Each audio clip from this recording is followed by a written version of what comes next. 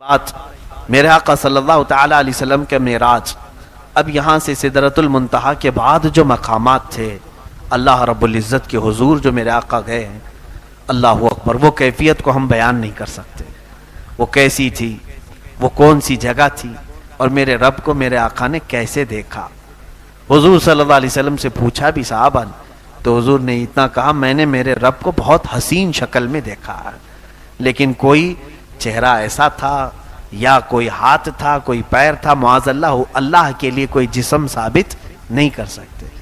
یہ بھی یاد رکھیں آپ، اللہ کا کوئی جسم ہم ثابت نہیں کر سکتے، کیونکہ جو تمہارے عقل میں آ جائے وہ خدا نہیں ہے۔ اللہ رب العزت کو کوئی احاطہ نہیں کر سکتا، وہ سب کو احاطہ کیا ہوا۔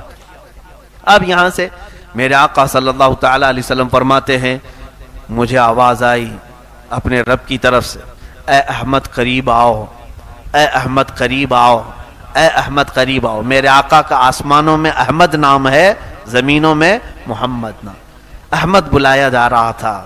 اس کے بعد رب تعالیٰ سے آپ قریب ہوتے گئے، قریب ہوتے گئے۔ حضور صلی اللہ علیہ وسلم فرماتے ہیں، رب ذوالجلال نے اپنے دست قدرت کو میرے سینے پر رکھا، جس کی ٹھنڈک میں نے محسوس کی، اور میں نے دیکھا زمین کے سارے خزانے میرے سامنے کھلے ہوئے تھے۔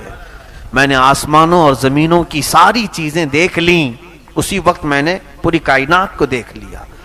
اللہ رب العزت جس کے سینے پر دست قدرت رکھے، اب اس سے کون سی چیز چھپی رہے گی؟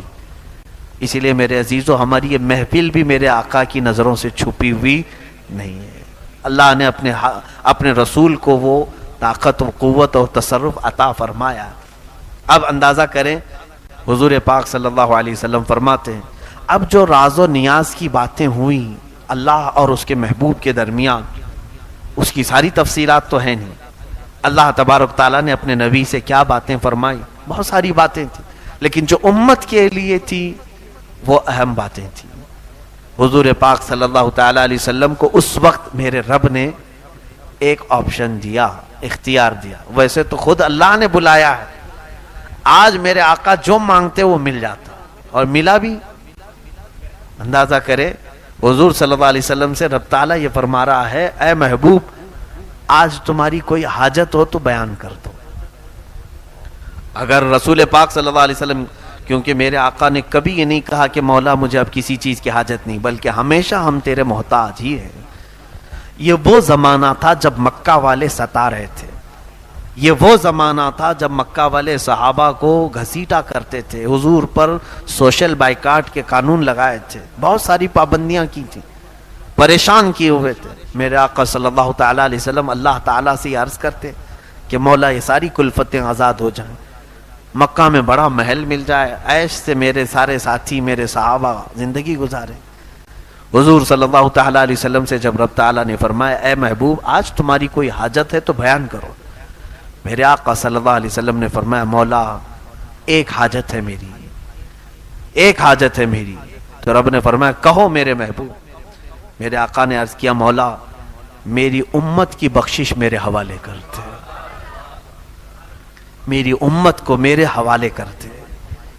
رب حب لی امتی، جس کا مطلب یہ ہوتا ہے، حب لی، مجھے دے دے میری امت۔ جو نہ بھولا ہم غریبوں کو رضا، یاد اس کی اپنی عادت کیجیے۔ جو نہ بھولا ہم غریبوں کو رضا، یاد اس کی اپنی عادت کیجیے۔ جانتے ہیں آپ، آج اسی شب معراج کے واقعے کو ہم نمازوں میں ادا کرتے ہیں، التحیات ہم پڑھتے ہیں، التحیات للہ والصلوات والطیبات۔ اس کا مجموعہ پورا فقہاء نے فرمایا، جب نبی اوپر جا رہے تھے میرے رب کے حضور، تو یہ پڑھتے ہوئے جا رہے تھے، التحیات للہ والصلوات والطیبات، جس کا مطلب ہوتا ہے تمام پاکیاں اللہ تیرے لیے، تمام ستھرائیاں تیرے لیے، ساری تعریفیں تیرے لیے۔ جب حضور نے یہ جملہ فرمایا تو رب تعالیٰ نے جواب میں یوں فرمایا، السلام علیکہ ایھا النبی ورحمۃ اللہ وبرکاتہ۔ دیکھیں سلام کون کر رہا ہے؟ میرے نبی کو اللہ خود فرما رہا ہے، اے نبی تم پر سلامتی ہو اور اللہ کی رحمت اور اس کی برکت۔ حضور کو سلام ملا کس کی طرف سے؟ اللہ کی طرف سے۔ اور اس کے بعد حضور صلی اللہ علیہ وسلم نے پھر دوبارہ یوں عرض کیا، دیکھیں یہ بھی موقع کیسا ہے، میاں اگر ہمیں کوئی بڑا آدمی سلام کر لے تو ہم کیا سوچیں کہ اب ہماری حیثیت بڑھ گئی، کسی اور کو یاد کریں نہ کریں. مگر حضور پاک صلی اللہ تعالی علیہ وسلم کو جب اللہ نے سلام فرمایا تو حضور آگے بڑھ کر یوں عرض کرتے ہیں والسلام علینا وعلی عباد اللہ الصالحین. مولا صرف مجھ پر نہیں، میری امت کے سارے گنہگاروں پر بھی تیرا سلام اور صالحین بندوں پر بھی تیرا سلام ہو. میرے آقا کہاں ہمیں فراموش کیے، کہیں ہمیں بھولے ہیں میرے آقا؟ رسول کریم صلی اللہ علیہ وسلم نے ہمیں کسی جگہ پر چھوڑ دیا ہے؟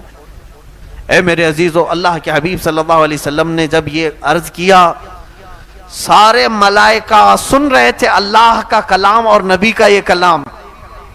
حضور نے پہلے کیا کہا اللہ کی تعریف میں؟ التحیات للہ والصلوات والطیبات. تو رب تعالیٰ نے فرمایا السلام علیکہ ایھا النبی ورحمۃ اللہ وبرکاتہ. میرے آقا نے پھر کہا والسلام علینا وعلی عباد اللہ الصالحین. تو یہ دونوں کے کلمے سننے کے بعد فرشتوں نے کہا اشہد ان لا الہ الا اللہ واشہد ان محمدًا عبدہ ورسولہ. ہم گواہی دیتے ہیں کہ اللہ کے سوا کوئی معبود نہیں، اور ہم گواہی دیتے ہیں کہ محمد صلی اللہ علیہ وسلم اللہ کے بندے اور اس کے رسول ہیں. یہ اگر کوئی اتحیات کا اتنا ٹکڑا بھی پڑھ لے تو اسے معراج سمجھ میں آ جائے گی. معراج کا سفر اس کے اندر. ہم نمازوں میں اتحیات میں بیٹھے تو یہ منظر تصور میں لے کے آنا چاہیے.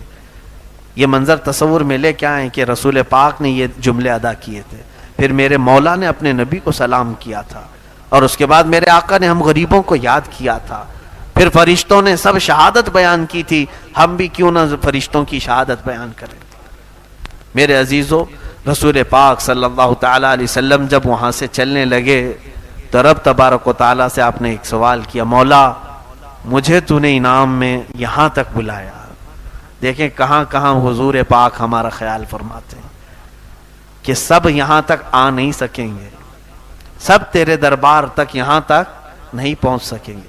میں جاؤں گا تو میری امت مجھ سے بار بار تیرے بارے میں پوچھے گی، اور وہ پوچھیں گے کہ یا رسول پاک آپ تو پہنچ گئے، ہم کیسے جا سکیں گے؟ اے اللہ میں اپنی امت کو کیا بتاؤں؟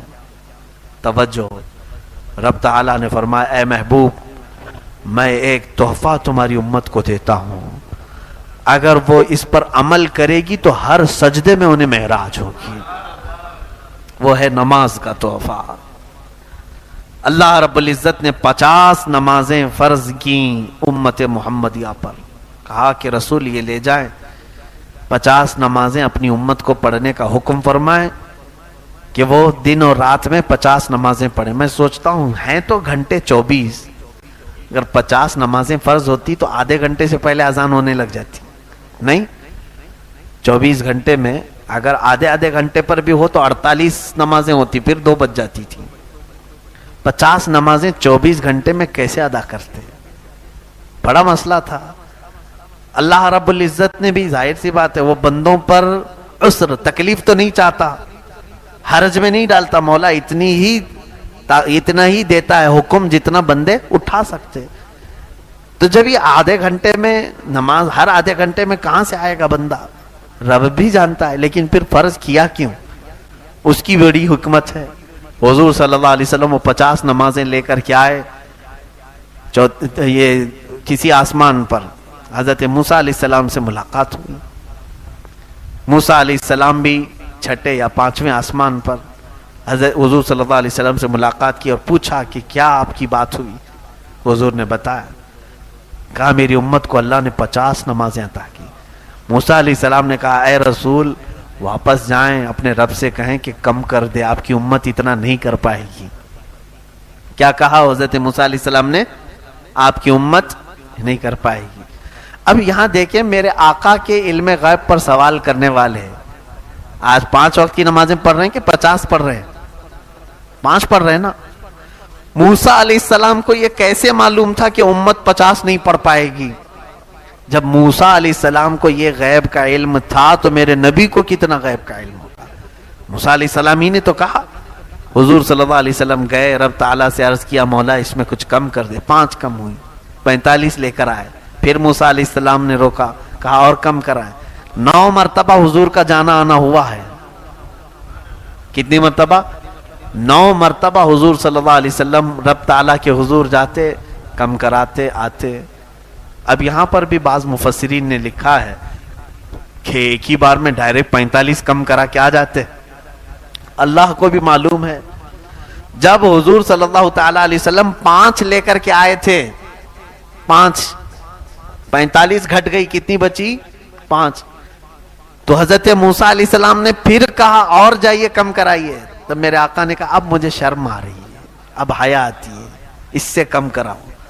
لیکن رب تعالیٰ نے یہ فرما دیا، اے محبوب آپ کی امت یہ اگر 5 ہی پڑھے تو میں 50 کا ثواب دوں گا، 50 کا پورا ثواب دوں گا۔ یہ 5 میں وہ 50 نمازوں کا پورا ثواب ہے جو پہلے ہمیں فرض کی گئی تھی۔ اب یہاں پر مفسرین فرماتے ہیں ایک ساتھ کم کروا سکتے تھے، جا کر کے سیدھے کہتے 45 کم کر دے، 5 رکھ جائیں گے۔ موسیٰ علیہ السلام بھی ڈائریکٹ یہ کیوں نہیں کہے اتنی کم کرا کے لے کے آ جائیے ڈائریکٹ؟ تو فرمایا موسیٰ علیہ السلام وہ تجلی جو کوہ طور پر دیکھ نہیں سکے تھے، جو ہلکی سی تجلی دیکھ کر غش کھا کر گر گئے تھے، موسیٰ علیہ السلام وہ رب ذوالجلال کی تجلیاں میرے مصطفیٰ کی آنکھوں میں دیکھ رہے تھے، میرے نبی کی آنکھوں میں دیکھ رہے تھے۔ آنکھوں میں آنکھیں ڈال کر کے مولا کو دیکھ کر آنے والی آنکھیں کیسی ہیں؟ تو اس لیے جب میرے آقا حضور صلی اللہ علیہ وسلم رب تعالیٰ کے حضور سے واپس آتے، وہ آنکھوں میں تازہ جمال و جلال میرے رب ذوالجلال کا، موسیٰ علیہ السلام توجہ سے دیکھتے اور پھر کہتے جائیے آپ۔ حضور صلی اللہ علیہ وسلم کا معاملہ یہ تھا، اپنے رب کے حضور جتنی بار جاؤں کم ہی ہے، بار بار ملاقات کروں، اور رب تعالیٰ یہ چاہتا ہے کہ میرا محبوب آئے جائے آئے جائے۔ حضور صلی اللہ تعالیٰ علیہ وسلم اخیر میں یہ تحفہ لے کر تشریف لائے معراج کے اس سفر میں۔ میرے عزیزو، یہ سفر یوں ہی کمپلیٹ نہیں ہوتا،